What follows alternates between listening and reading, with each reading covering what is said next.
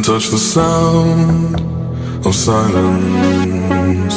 And in the naked light I saw 10,000 people maybe,